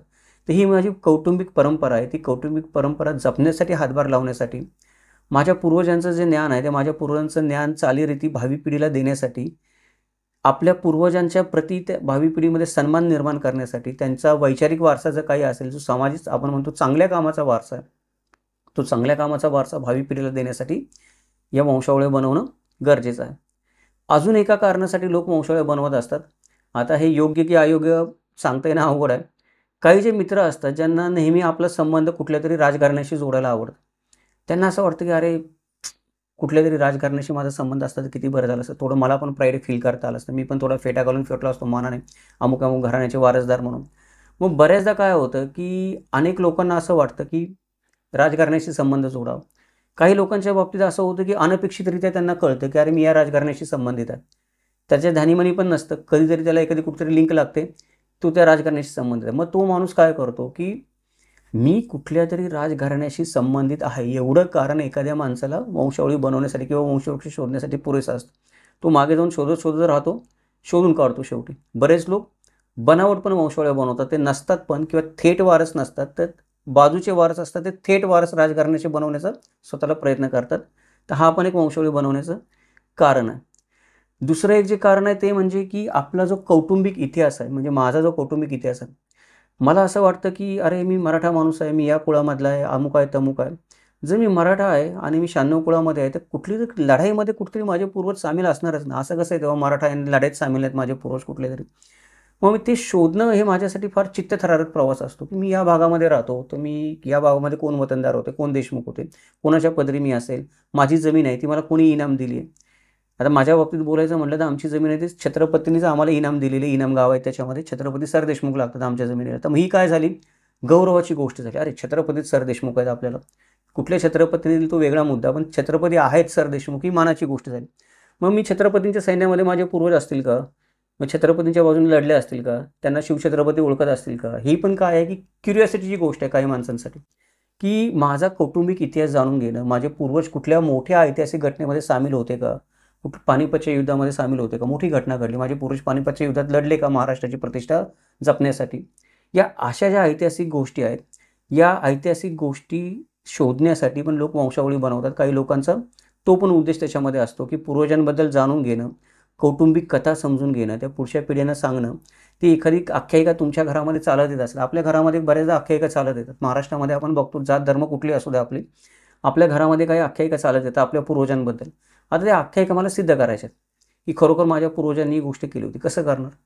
परत शास्त्रीयदृष्ट्या वंशावळी काढणं मला गरजेचं. जर मी शास्त्रीयदृष्ट्या वंशावळी काढून कागदपत्रासहित सिद्ध करू शकलो, तर ती आख्यायिका ही आख्यायिका नसून सत्य घडलेला इतिहास हे मी सिद्ध करू शकतो.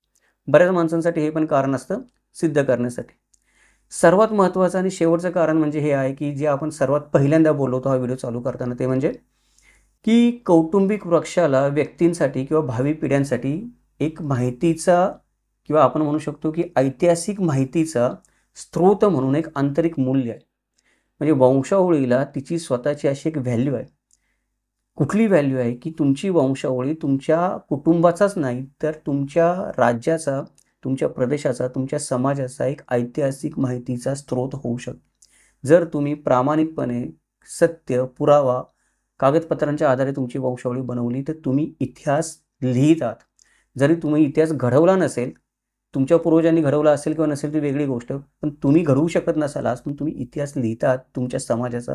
हे वंशावळीचं एक मूल्य आहे. दुसरी गोष्ट की आपला कौटुंबिक इतिहास जिवंत ठेवणं, त्याच्यामध्ये सतत भर घालत राहणं, हे अनेक लोकांसाठी महत्त्वाची गोष्ट आहे. अनेक लोकांना वाटतं की नाही माझं राहिलं पाहिजे, पुढे कुळाचार चालत राहिले पाहिजे, असं कित्येक लोकांना वाटतं. त्याच्यासाठी जर आपल्याला आपल्या मुलांना आपल्या सामाजिक सांस्कृतिक ओळख निर्माण करण्यासाठी आपल्या मुलांना आपल्या घराण्याचे कुळाचार पटवून देण्यासाठी, त्यांचे महत्त्व पटवून देण्यासाठी, आपल्या पूर्वजांचा जाज्वल्य वारसा आपण ज्याला म्हणतो की काही लोकांना खूप चांगला वैचारिक वारसा असतो, त्यांनी समाजामध्ये खूप वैचारिक काम केलेलं असतं, ते भावी पिढीला उद्युक्त करण्यासाठी की आपणही या मार्गाने चालून समाजाचं भलं केलं पाहिजे, जेणेकरून ते भविष्यामध्ये त्यात काहीतरी चांगली भर घालू शकतील, समाजासाठी चांगलं कार्य करू शकतील. अशा कारणासाठी भावी पिढीला प्रवृत्त करण्यासाठी आपण आपला कौटुंबिक इतिहास जिवंत ठेवणं गरजेचं आहे. आणि तो कौटुंबिक इतिहास जिवंत ठेवण्याचं कार्य या वंशावळ्या या ना त्या प्रकारे करत असतात. तर ही झाली 9 कारणं. व्हिडिओ थोडा मोठा झाला आहे तर आपण थांबूया. जाता जाता आपण थोडक्यामध्ये एक निष्कर्ष बघूयात की या वंशावळ्यांचा निष्कर्ष काय, वंशावळी म्हणजे काय, हा जो आपला विषय आहे, ही एवढी आपण सगळी चर्चा केली, त्याच्यामध्ये काय निष्कर्ष निघतो? पहिला निष्कर्ष हा आहे की कौटुंबिक वृक्ष किंवा वंशवृक्ष किंवा वंशावळी आपण म्हणतो, हा आपल्या अभिमानाचा किंवा आनंदाचा स्रोत होऊ शकतो. जर तुम्ही प्रामाणिकपणे तुमची वंशावळी बनवलेली असेल, तर तुमच्या पूर्वजांनी प्रामाणिकपणे काही चांगलं काम केलं असेल तर त्याचा गर्व तुम्ही मिरवू शकता किंवा त्याचा अभिमान तुम्ही बाळगू शकता. ती गोष्ट तुम्हाला आनंद देते की अरे माझ्या पूर्वजांनी एवढं चांगलं काम केलं होतं आणि आज मी ते शोधून काढलं की हे विस्मृतीत गेले होते, जर मी नसतं शोधलं तर काय झालं असतं. किंवा माझे पूर्वज असतील असं आपण म्हणतो. एखाद्या घरामध्ये वारकरी संप्रदायाचं परंपरा असते, एखाद्या घरामध्ये कोणी माणूस असतो सात्विक प्रवृत्तीचा असतो की तो कधी खोटं बोलत नाही, कुठलं व्यसन करत नाही आणि त्याला लोक पुण्यात्मा समजतात की याच्या शब्दाला मान आहे, हा माणूस बोलला म्हणजे करणार. मग तो माणसाने भले त्याच्या 1000 जमिनी विकलेल्या असतील त्याचा शब्द पाळण्यासाठी, पण माणसं त्याला मानतात. तर माझ्या पूर्वजांची माहिती मला कळते, त्याच्यामुळे एक अभिमानाचा आणि आनंदाचा स्रोत होऊ शकते वंशावळी तुमच्यासाठी. बऱ्याच लोकांसाठी वंशावळी जी असते ती आपलेपणाची एक अपरिवर्तनीय भावना निर्माण करू शकते. म्हणजे ज्यावेळेला मी वंशावळी बनवतो त्यावेळेला मला आधी माझं कुटुंब कळतं, मग मला माझे चुलते आत्या मावशी त्यांचं कुटुंब कळतं, मग मला माझी भावकी कळते, मग मला माझं गाव कळतो, मग मला माझी यात्रा जत्रा देव कळतो, मग मला माझा समाज कळतो, मग मला माझं राज्य कळतं काय आहे ते. आणि ह्या सगळ्या प्रोसेसमध्ये त्या प्रत्येक घटकाबद्दल माझ्या मनामध्ये एक आपलेपणाची भावना निर्माण होते. आज आपण सर्व शेजारी राहतो, फ्लॅट सिस्टीममध्ये राहतो, शेजारच्या फ्लॅटमध्ये राहणाऱ्या माणसाबद्दल आपल्याला माहिती नसते, असली तरी परकेपणाचीच भावना असते. आपण सगळेजण परकेपणाच्या भावनेनं घेरलेलो होतो. आपल्याला वाटतं कोणीच माझं नाही ही जी भावना आहे मनामध्ये, कदाचित जर तुम्ही चांगल्या प्रकारे वंशावळी बनवली ती भावना तुमच्या मनामधून निघून जाऊ शकते. आपलेपणाची भावना आपल्या सगळ्यांच्याच मनामध्ये निर्माण होऊ शकते, त्यातून पण राष्ट्रनिर्मितीला मोठा हातभार लागू शकतो. वंशावळ्या या पद्धतीचं कार्य करू शकतात. त्यानंतर कौटुंबिक वंशवृक्ष जे असतात आपण मगाशी बघितलं तसं ते परंपरा जिवंत ठेवतात.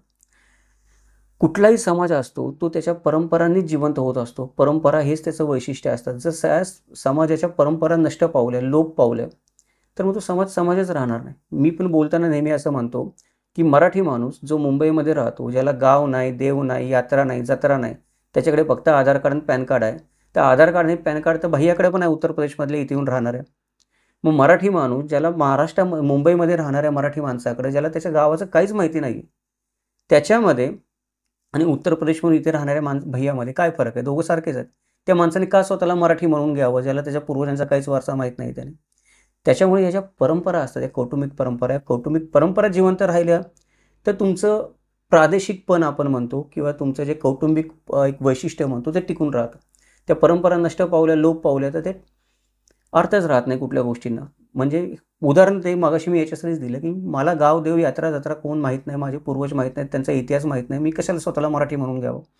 हे आपण लक्षात ठेवलं पाहिजे. आपण आणि भैया सारखेच आहोत या महाराष्ट्रात राहणारे, हा विषय. त्याच्यामुळे वंशावळी काय करते, वंशावळी आपल्याला या कौटुंबिक परंपरा जपण्यासाठी मदत करते. आणि कित्येक मित्र मला फोन करतात, त्यांचा आवाज कधी कधी फार व्याकुळ झालेला असतो, की सर आमचं गावच सापडत नाही, काय करावं कळत नाही, काय कुठेही शोधावं स्वतःला कळत नाही म्हणे, मागच्या 4 पिढ्यांचं काहीच सापडत नाही. ही अशी व्याकुळता नंतर आयुष्यामध्ये 2 पिढ्यामध्ये येते. जर आपण एक कौटुंबिक परंपरा जिवंत नाही ठेवल्या तर त्याच्यासाठी पण वंशावळी महत्त्वाची आहे.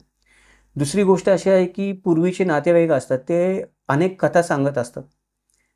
त्यांच्याकडे ज्ञानाचा एक अविश्वसनीय खजिना असतो, की प्रत्येक गोष्ट जे माझ्या आजी, आजोबा, पणजोबा, नातेवाईक, चुलते, चुलत-चुलते, भाऊकीतले लोक जे मला सांगतात, ती प्रत्येक गोष्ट काही खोटीच असेल असं नाही. त्याची व्यवस्थित आपण छाननी करणं गरजेचं आहे. त्याची पुराव्यांची चाळणी लावून त्यांना तपासून घेणं गरजेचं आहे. तर्काने विचार करणं गरजेचं आहे. कित्येकदा त्या गोष्टीमध्ये आपल्याला अविश्वसनीय ज्ञानाचा खजिना गवसतो. जर तुम्ही वंशावळी शोधण्यासाठी मागं जात असाल, तर कदाचित तुम्हाला नवीन काहीतरी अशी माहिती मिळेल, की जी तुम्हाला मनाला खूप आनंद देईल, की अरे हे पण होतं माझ्या घराण्यामध्ये, हे पण होतं माझ्यासोबत, असं म्हणून कित्येक मित्रांबरोबर आपल्या झालेलं आहे. दुसरी गोष्ट असेल, की या सगळ्या गोष्टींचा जर तुम्ही विचार करत असाल, या सगळ्या हेतूने जर तुम्ही वंशावळी या प्रकाराकडे बघत असाल, वंशावळी या प्रकाराकडे बघण्याचे 2 प्रकार आहेत, जे आपण व्हिडिओच्या सुरुवातीला सांगितलं. पहिला प्रकार काय, मला माझ्या जात प्रमाणपत्रासाठी वंशावळी बनवायची. दुसरी गोष्ट, मला आरक्षणासाठी वंशावळी बनवायची. हे एक प्रकार एका बाजूला झाला.